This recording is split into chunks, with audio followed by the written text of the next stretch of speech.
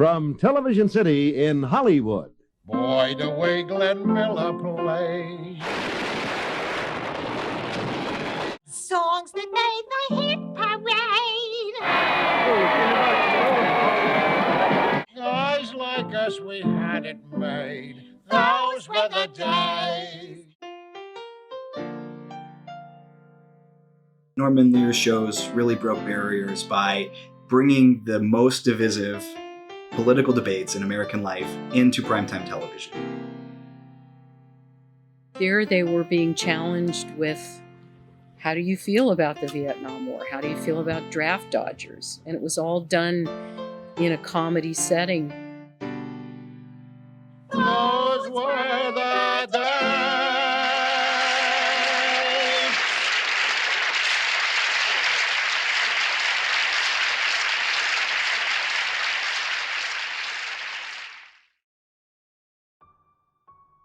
By the year 1960, 90% of the families in America owned a television.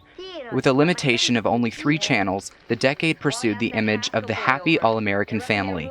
Sitcoms including I Love Lucy, Father Knows Best, and Leave It to Beaver contributed to the narrative of the peaceful and perfect household through comedy that only skimmed the surface. The early 1970s were years of political and social divisiveness.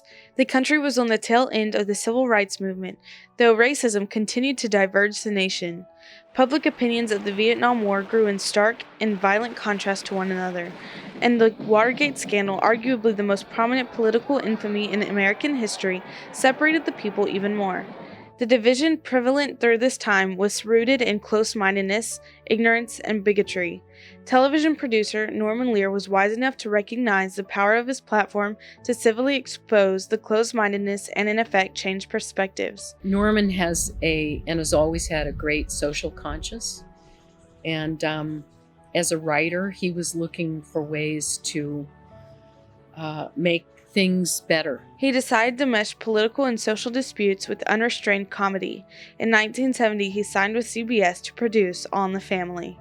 All in the Family portrayed an average, white, middle-class family adapting to the changes in society. Archie Bunker, played by Carroll O'Connor, was the man of the house, and his racist and bigoted ideals frequently clashed with his progressive daughter Gloria and her husband Mike, or Meathead as Archie called him. And while you're thinking about it, think about this. Equality is unfair. Lear really wanted to start a conversation. He wanted Americans to take a look at themselves and some of their prejudices and preconceived notions about race, about politics, about the changes in society in the 1960s and 70s. And in order to do that, you want to have a little bit of a back and forth. You want to have characters that represent a liberal point of view and characters that represent sort of a more conservative point of view. And so having that tension within the show is really what made it so powerful. Mr. Bunker's wife, Edith Bunker, played by Jean Stapleton, was the quintessential housewife. Moderate and loving, Edith always strived towards peace under the roof of their home. One of the things that Norman Lear has said about Edith is, when they were sitting in the writing room, they would think about Edith and try to figure out what would she do in this situation.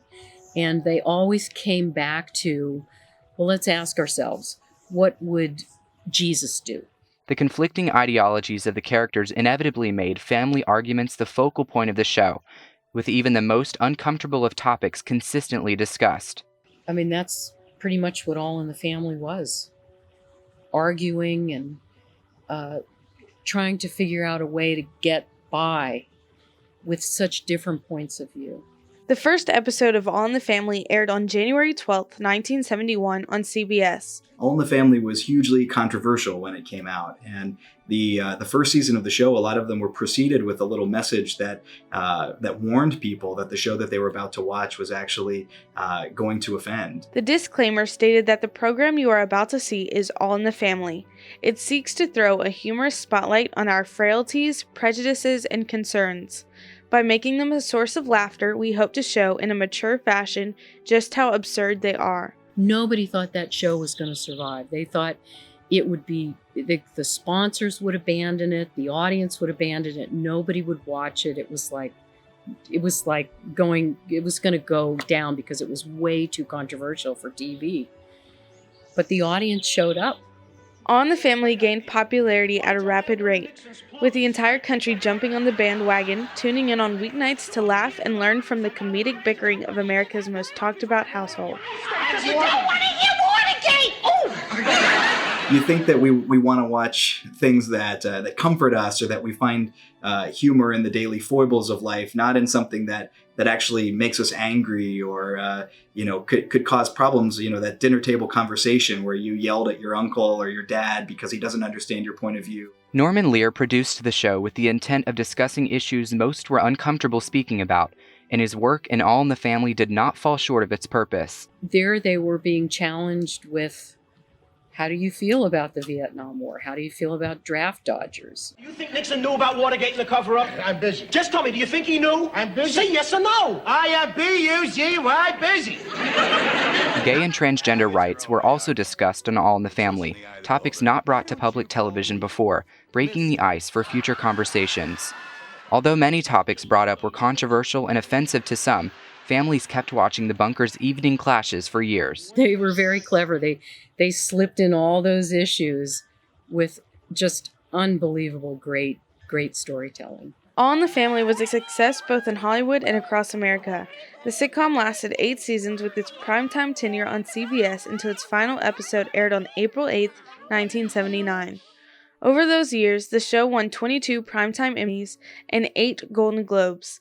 Norman Lear received the Peabody Award in 1978 and was a Kennedy Center Honors recipient in 2017.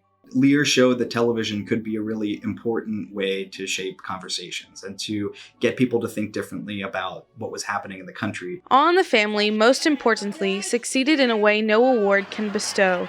The sitcom aided in the ideological transformation of its viewers away from bigotry, sexism, and racism by highlighting its absurdity. Now the original Bunker living room chairs are displayed in the Smithsonian Museum of American History, representing the importance of political and social discussion. The furniture, when we collected it here at the museum, we got so much mail from visitors and from people around the country who said, how dare you bring that into the museum? That's not historic. That's not something that should be valued in the way that you'd value George Washington's uniform or Abraham Lincoln's hat. But we as curators had a very strong point of view about it too. We said, this is vital to understanding how we're talking to each other and what we're talking about in this moment. 7 television shows branched off of All in the Family, the largest in television spin-off history. These spin-off sitcoms gained popularity and success of their own. The Jeffersons brought Americans into the home of a successful black family in the Big Apple, representation never portrayed on television before. If you were watching The Jeffersons and you'd never seen what African-American family life was like before, suddenly you have a different perspective on the civil rights movement. It can break down barriers in your own mind, assumptions and prejudices about how people live, what drives them, what kind of challenges they face, and make you more empathetic to different people's points of view. Other shows, including Maude, Good Times, and Archie Bunker's Place, shared the exact method of comedy displayed in All in the Family, discussing the uncomfortable issues of the time while inducing belly laughs in nearly every line. All in the Family had a monumental impact on the purpose of television comedy in the future. All in the Family changed sitcoms from being entertaining and funny to being socially impactful. The sitcom led the charge for shows such as Saturday Night Live, Murphy Brown, and Last Man Standing in conveying political conversations through comedy. In 2019, All in the Family was brought back to the television screen twice in a reprise. Live in front of a studio audience with a star-studded cast, used the exact scripts written nearly 50 years ago, and its message is still relevant today. This is kind of a similar time, I think, to the early 1970s. That same political polarization, that rapid rate of social change, it's happening today. All in the Family paved the way for the future of television comedy, breaking barriers both on the screen and in the minds of Americans. Norman Lear's shows really broke barriers by bringing the most divisive political debates in American life into primetime television. Through its unprecedented method of hilariously exposing closed-mindedness on television, All in the Family widened its viewers' perspectives. The show helped Americans understand issues and move forward as a more intelligent and open-minded society, one television screen at a time.